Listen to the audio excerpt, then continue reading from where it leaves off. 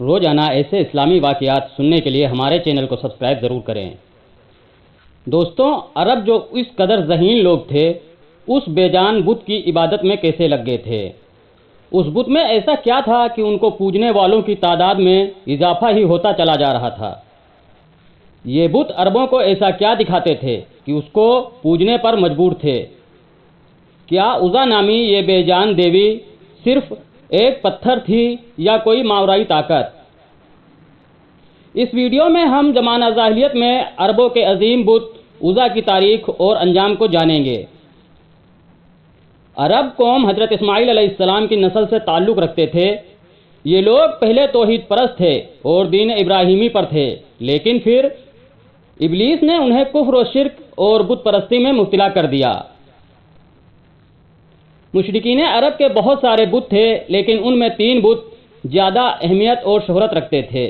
ان کے نام لات، منات اور عزا تھے۔ لات، منات اور عزا کو عرب زمانہ جاہلیت سے ہی پوجتے آئے تھے۔ وہ ان کے آگے قربانی کرتے، ان سے منتیں مانگتے اور ان کا بڑا احترام کرتے تھے۔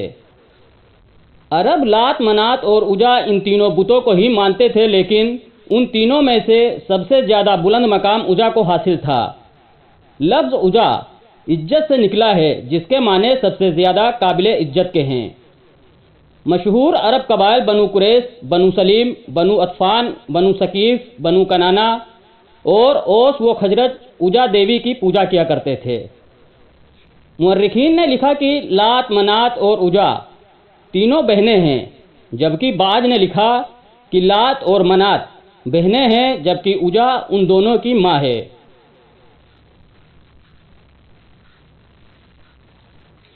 مشرکین کے عقائد کے مطابق لات امن و خوشحالی، رحم اور انتقام کی دیوی تھی، جبکہ مسافر اپنا سفر شروع کرنے سے قبل لات سے اچھے موسم اور حفاظت کے لیے دعائیں کیا کرتے تھے۔ لات کے تمام بتوں میں دیکھا گیا ہے کہ اس کے ایک ہاتھ میں کھجور کی شاخ ہوتی تھی اور وہ ایک شیر پر سوار رہتی ہے، جسے عرب اسد لات کہتے تھے۔ منات کو قسمت، دولت، عزت اور موت کی دیوی مانا جاتا تھا، جبکہ عزا زمانہ جاہلیت کے عربوں کا ایک اہم بت تھا جو طائف کے نزدیک رکھا گیا تھا۔ قریش خانہ کعبہ کے گرد طواف کے دوران بھی ان بتوں کا نام لگا کر نعرہ لگایا کرتے تھے۔ دراصل لات، منات اور عزا کے 3 بت خانہ کعبہ میں بھی رکھے ہوئے تھے، لیکن یہ صرف علامتی بت تھے۔ اصل بت جن کے مندر بنے ہوئے تھے وہ ذات عرق کے علاقے میں تھے، جہاں عرب کے دور دراز کے علاقوں کے لوگ آ کر ان کی پوجا کیا کرتے تھے اور چڑھاوے چڑھاتے تھے۔ ان بتوں کے سامنے قربانی گاہیں بھی تھیں جہاں جانوروں کو ذبح کیا جاتا تھا۔ عرب یہ مانتے تھے کہ یہ دیویاں نعوذ باللہ کہ اللہ کی بیٹیاں ہیں، استغفر اللہ۔ عربوں کے نزدیک عزا عزت، حفاظت، افزائش، نسل، حسن، جذبات اور محبت کی دیوی تھی۔ دراصل ان بتوں کے ساتھ 3 شیطانی چڑیلیں منسلک تھیں۔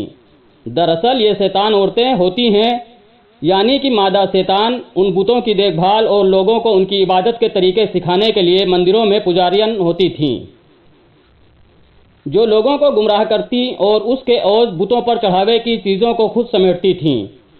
عزا کا یہ بت خراز نامی ایک بستی میں واقع تھا۔ یہ ایک شاندار مندر تھا۔ اس مندر میں دیویا نامی ایک پجاری عزا کی دیکھ بھال اور خدمت کرتا تھا۔ مندر کے سامنے تھوڑے فاصلے پر جھاؤں کے 3 درخت تھے۔ عربی میں ان درختوں کو اصل کہتے ہیں۔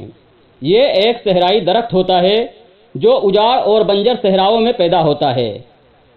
جھاؤں کے اس درخت پر عزا کا بسیرا تھا۔ اس بسیرے میں کسی کو بھی علم نہ تھا کہ عزا کی جس بت کی پوجا کی جاتی ہے وہ ایک شیطانی طاقت ہے جو اس درخت پر رہتی ہے۔ جب بھی لوگ اس پر چڑھاوے اور منتوں کے لیے آتے تو وہ چڑیل مندر کے بت میں داخل ہو کر بولتی اور شیطانی قوتوں سے لوگوں کے مسئلے بھی حل کر دیا کرتی۔ اس طرح اس کا آقا ابلیس اس کی کارکردگی پر خوش تھا۔ جب اللہ نے آخری نبی حضرت محمد مصطفیٰ صلی اللہ علیہ وسلم کو مبعوث فرمایا اور آپ نے اللہ کی مدد سے مکہ فتح کیا تو کچھ دنوں بعد بتوں کی سامت آ گئی۔ خانہ کعبہ میں رکھے ہوئے بت توڑے جانے لگے اور سچے رب کا نور چمکنے لگا۔ خانہ کعبہ سے بتوں کو ہٹانے کے بعد مختلف دیہاتوں اور بستیوں میں بنے ہوئے مندروں کی باری آ گئی۔ نبی پاک صلی اللہ علیہ وسلم نے ہر چھوٹے اور بڑے بت کو توڑنے کا حکم دے دیا۔ چند مورخین کا کہنا ہے کہ فتح مکہ کے موقع پر منات کے بتوں میں ایک بت کو بہت رازداری کے ساتھ عرب سے نکال کر زمین ہند کی جانب روانہ کر دیا اور وہ موجودہ ہندوستان کے گجرات میں پہنچا دیا گیا، جہاں اس بت کو ایک مندر میں منتقل کر دیا گیا جسے سومناتھ مندر کے نام سے جانا جاتا ہے۔ سلطان محمود غزنوی رحمۃ اللہ علیہ نے 450 سالوں کے بعد ہندوستان پر حملہ کر کے اس بت کو توڑ دیا تھا۔ جب مکہ کے تمام بت توڑے جا چکے تو 25 رمضان کو نبی پاک صلی اللہ علیہ وسلم نے حضرت خالد بن ولید رضی اللہ عنہ کو بلایا۔ انسانی تاریخ کا سب سے قابل ترین جنرل حضرت خالد بن ولید رضی اللہ عنہ کو اوجا کی تباہی کا مشن سونپا گیا۔ آپ صلی اللہ علیہ وسلم نے خالد بن ولید رضی اللہ عنہ کو حکم دیا کہ وہ اوجا کے مندر کے قریب 3 جھاؤ کے درختوں میں سے ایک کو جا کر کاٹ دیں۔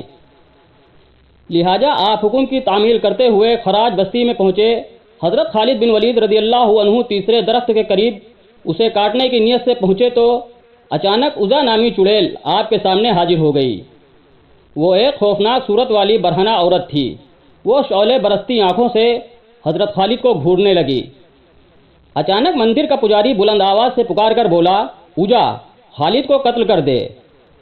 اگر تو نے خالد کو قتل نہ کیا تو آج تو جلیل و رسوا ہو جائے گی۔ اوجا خالد کی جانب بڑھی۔ آپ نے تلوار نکالی اور اللہ کا نام لے کر اوجا پر حملہ کر دیا۔